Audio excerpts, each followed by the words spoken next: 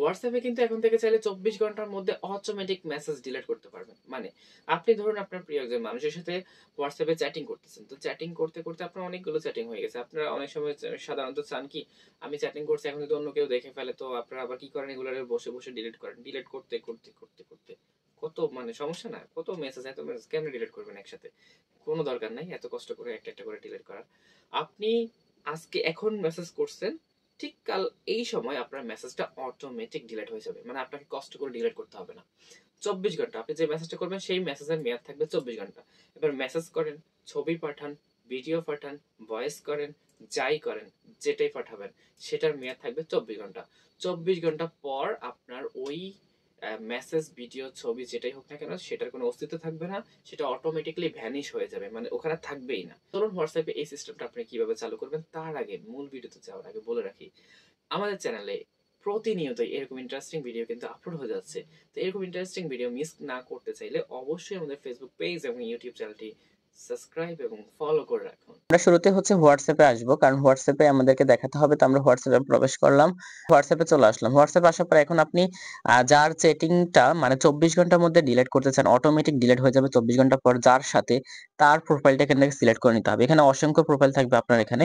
তো যার যার সাথে মূলত আপনি মনে করেন যে না এই লোকগুলারে হচ্ছে আমি 24 ঘন্টা করে রাখবো, 24 ঘন্টা আমি যে মেসেজগুলো করব সেই মেসেজটা যখন করব ঠিক 24 ঘন্টা পর ওই সময় আজকে যখন করছি কাল ঠিক এই সময় এসে মেসেজটা অটোমেটিক ভ্যানিশ হয়ে যাবে বা ডিলিট হয়ে যাবে। মেসেজটা কোনো প্রমাণ প্রুফ কিছুই থাকবে না।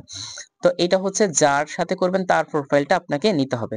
তো আমরা এখন কার সাথে করব, ধরুন আমরা এখানে একজনকে সিলেক্ট করে নিচ্ছি। ওকে, এই যে ওনাকে সিলেক্ট করে নিলাম। ওকে, এখন আমি ওনার সাথে করব। তো ওনার প্রোফাইলে চলে আসলাম। আসার পরে দেখুন এখানে ওনার যে নাম্বারটি রয়েছে, জাস্ট নাম্বার অথবা ওনার যে নাম থাকবে, নামের মধ্যে নাম থাকতে পারে, এখানে নাম্বারও থাকতে পারে, যেটা থাকে সেটার মধ্যে ক্লিক করবেন। ওকে, আমরা ক্লিক করছি।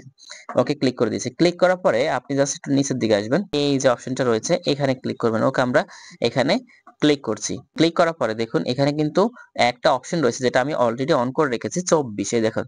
এই দেখো 24 আওয়ার্স এখানে কিন্তু অফ রয়েছে। তো আপনাদের কিন্তু এখানে এটা থাকবে যে অফ থাকবে, অফ দেখাবে। যদি অফ থাকে, যদি 24 থাকে তাহলে তো 24 থাকবে, আর যদি না থাকে তাহলে, যদি এখানে অফ থাকে তাহলে কি করবেন আপনি এখানে 24 ক্লিক করবেন। ওকে, 24 আওয়ার্স এখানে ক্লিক করবেন। তো আমি ক্লিক করে দিয়েছি, এই যে এইভাবে ক্লিক করে দিবেন। ওকে, ক্লিক করার পরে আপনি মেসেজ যেগুলো করবেন সেগুলো 24 ঘন্টার মধ্যে ডিলিট হয়ে যাবে। এখন আসলে আরেকটু ডিটেইলসে আলোচনা করছি।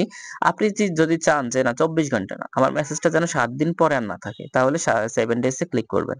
আপনি যদি বলেন না 7 দিনেরও দরকার নেই, আমার 3 মাস পরে ডিলিট হলেও চলবে, সো এই যে 90 দিন এখানে ক্লিক করলে হবে। ওকে, আর যদি বলেন না আমার কোনোটাই দরকার নেই, আমার মেসেজগুলো থাকবে, তাহলে এখানে অফ এর মধ্যে আপনারা রাখবেন টিক মার্কটা। ওকে, অফ এর মধ্যে রাখলেই হবে, অফ সিলেক্ট করে দিবেন। ওকে, তাহলে কি হবে, মেসেজগুলো 24 ঘন্টা অফের মধ্যে থাকলে আর হচ্ছে আপনার কোনো মেসেজ 24 ঘন্টার মধ্যে ডিলিট হবে না, মানে মেসেজটা ডিলিটই হবে না আপনি যতক্ষণ পর্যন্ত ডিলিট না করবেন। আর এখানে রাখলে আপনার মেসেজটা একদিন সময় থাকবে, একদিনের মধ্যে সেটা অটোমেটিক্যালি ডিলিট হয়ে যাবে। আশা করি বুঝতে পেরেছেন।